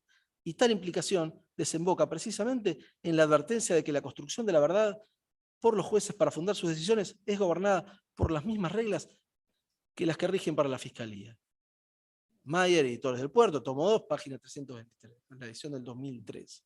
Es decir, no hubo una búsqueda de la verdad de parte de la Fiscalía. Y esto se aprecia también en la falta de preguntas en su declaración. Teniendo todos los mensajes de López, ¿por qué no le preguntó por ninguno de ellos? ¿Cuál era el problema? ¿Cuál era el miedo que tenía? Es más, pensándolo, si esos mensajes tenían tal carácter ilícito, hubieran generado, es decir, hubieran sido un torpedo a la línea de flotación de esta defensa. Pero hemos demostrado que no hay ningún tipo de señal que indique que esto es así. Pero bueno, también, digamos, pensemos en otras pruebas que han sido evaluadas, digamos, de manera muy positiva por la Fiscalía, que no hacen ningún tipo de mención sobre la Subsecretaría de Obras Públicas. El testigo Leonardo Fariña. ¿Dijo algo Leonardo Fariña sobre la Subsecretaría de Obras Públicas? Y él ha presentado un escrito muy detallado, más allá de cómo fue criticado y va a ser criticado seguramente por otras defensas, mencionando cómo eran las asignaciones ilícitas en el Ministerio de Planificación Federal, y no lo menciona Fatala. ¿Esto no lo advirtió la Fiscalía? Por otro lado, también tenemos que señalar un derivado, el más grande, digamos, de la causa de los cuadernos, la causa 13.816, centra su objeto en licitaciones que tuvieron lugar en la Dirección Nacional de Vialidad. ¿Está Fatala imputado ahí? No, no está ni siquiera convocado como testigo. Es decir, ¿qué es lo que quiero explicar con esto? Es decir, nadie nunca habló de la Subsecretaría de Obras Públicas, digamos, con la relación con la Dirección Nacional de Vialidad de la manera en la que el Ministerio Público Fiscal pretende interpretarlo. Es decir, no había, para concluir, no había ningún tipo de subordinación, no había ningún tipo de ejercicio de control, de contralor, porque eso ni siquiera estaba regulado. Eso hay que dejárselo al derecho administrativo. Fue muy bien explicado esto, y también hay que resaltarlo, por el juez Arcolini en la resolución de fines del 2016, donde a mi cliente le dicta la falta de mérito. Entonces, las alertas a partir de las cuales se le exige a mi cliente un accionar, digamos, de vigilancia, de control, de supervisión sobre la Dirección Nacional de Vialidad, por un lado, no tienen la entidad que se le puede asignar en la causa. Es decir, hablamos de la denuncia de Carrió, es una denuncia del 2008 referida a un universo de obras que no tuvo hasta el año 2016 la trascendencia que se le dice que tuvo, sobre la que mi cliente explicó, les preguntó a los demás cómo la veían y les dieron explicaciones, y nada más, que son los comentarios informales que pasan en cualquier ámbito de trabajo. Hay un problema en una secretaría, se cruza con un empleado de la otra secretaría y le dice, bueno, che, ¿qué pasó con esto que salió en los diarios? No, bueno, es así, así. Eso solo, hay que llevarlo a ese nivel, digamos, de simplicidad, no digamos, a la maximización que la Fiscalía, digamos, como si se tratara además, digamos, de la máxima ciencia, de la máxima verdad, pretende otorgarle. Digamos, esto no es matemática, esto es la administración pública, donde hay muchas injerencias de muchas personas y donde toda la actividad tiene que estar regulada y normada. Y la norma sobre la cual la Fiscalía pretende exigirle a mi defendido un actuar distinto, decía, digamos, era interpretada no solamente por él, sino por todos sus antecesores de otra manera. Y no había ninguna razón para que él la interprete de otra. Y aún, si hubiese existido algún tipo de razón, tampoco hubiese tenido las herramientas para ello. Pero por otro lado, también hay que pensar otra cosa que quizás es más, más patente. Es decir, esto es un delito patrimonial, un delito que requiere un ánimo de lucro, al que la Fiscalía en varias partes de su alegato hace referencia a que la corrupción se trata de una cuestión moral. Ahí es donde hay que detenerse en, digamos, cuál habría sido el beneficio de mi cliente. Digamos, Abel Fatala vive desde hace 20 años, no sé, o más, en un departamento de clase media en el barrio de San Telmo, Paseo Colón y Humberto Primo, ¿no? Tiene un auto modelo 2008 usado, que ustedes lo conocen porque he tenido que discutir en una incidencia de alguna medida cautelar. ¿Ese es el patrimonio de una persona que tuvo algún provecho con una maniobra ilícita de este volumen? Por supuesto que no. Y eso tampoco es evaluado por el Ministerio Público Fiscal. De tal forma, todos estos, creo que a partir de digamos, de este alegato, queda claro que la interpretación que pretende asignar la Fiscalía a la intervención o al supuesto control que la Subsecretaría de Obras Públicas debía tener en la Dirección Nacional de Vialidad no es correcto. Y por eso voy a solicitar, digamos, el dictado de la absolución de mi defendido. Es todo. Muchas gracias. Muchas gracias, doctor Simonetti. De esta manera tenemos presente y damos por válidamente realizado el alegato de la defensa de Abel Fatala. Pedimos por secretaría si pueden informar el cronograma de audiencias de la semana que viene. Sí, señor presidente, se encuentra previsto continuar con el debate el día lunes 19 de septiembre a las 8 horas, oportunidad en la que dará inicio el alegato de la doctora Cristina Fernández de Kirchner y cuya defensa ya avisó que va a hacer uso de los 3 días que se les fue asignados y de modo virtual. Modo remoto. Bien, entonces se dispone de un cuarto intermedio. Hasta el próximo lunes a las 8 de la mañana. Buenos días a todos.